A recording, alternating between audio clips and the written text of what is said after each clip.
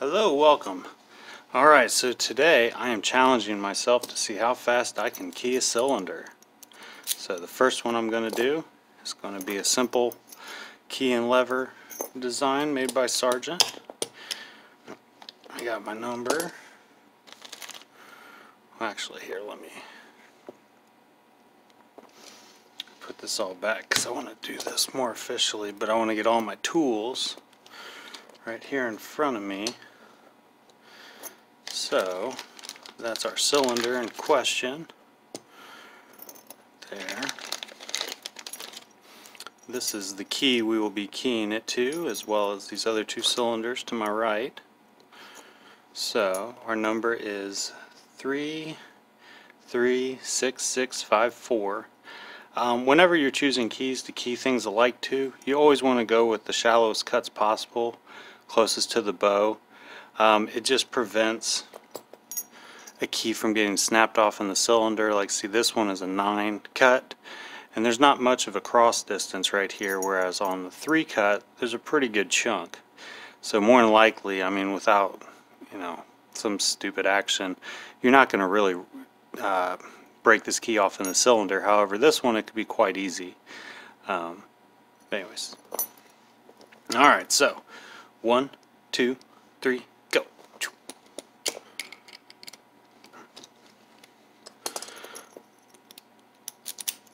The inspiration for this video comes from years of people, coming in to get something keyed, and then, they'll sit there and I'll come back up and be like, wow, that was really fast. I was expecting that to be like 5-10 minutes.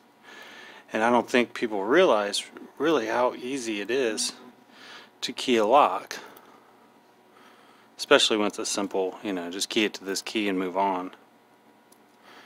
Because it really only takes but like 30 seconds, if that.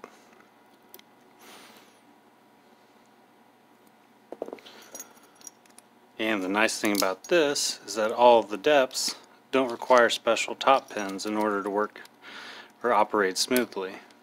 Oh, I say that, and that lines up. Alright, so that means there's a deep pin somewhere back here. Bam. There it is, that's the culprit. No matter. I guess it's more realistic, you gotta key the top pins too.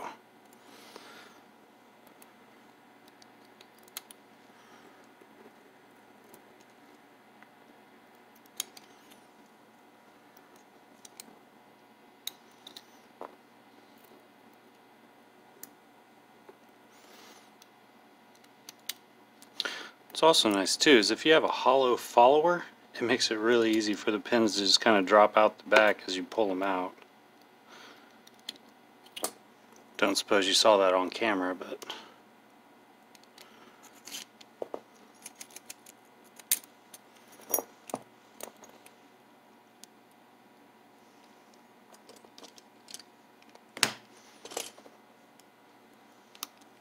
done. Alright, now the more difficult cylinder would be one of these. These are typically used on deadbolts. As you can see, this tailpiece right here, it just kind of freely turns. But that has to do with operating the deadbolt. You got to put your key in and turn it, and that would project it. And then you got to kind of turn it all the way back around to pull your key out. And that's achieved by this tailpiece that just kind of does a 180 turn without the key being in there. Easiest way to accommodate these is you can use a pokey tool to depress the pin. You can use one of these cool little follower types where they have these notches that fit into the grooves around the cap itself. This one I know is specifically kind of meant for Schlage, but I believe I can use it for Sargents. Anyway, so you take that off. When you take it off, you take this off all as one piece. That makes it easier to put it back in. That's referred to as a dust cap. That prevents dust and stuff from coming back there. That's your pin, and then that's the spring that activates that pin. With that said, here's this key. Same idea as the other one. Follower. Dump the pins. Typically I go through the top pins first, just because it's always you just want to get done and out of the way quickly.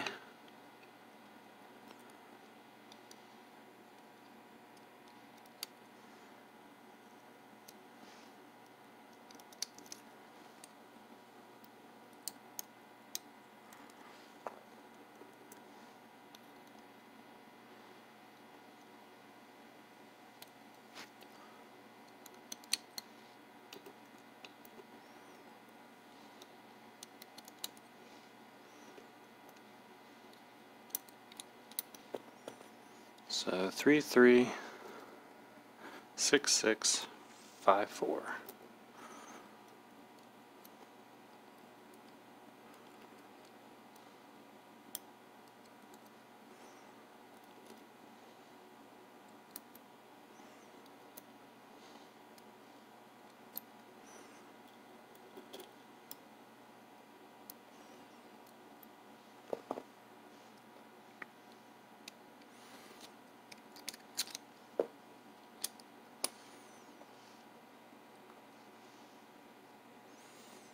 Insert the spring, insert the pin, insert the dust cap.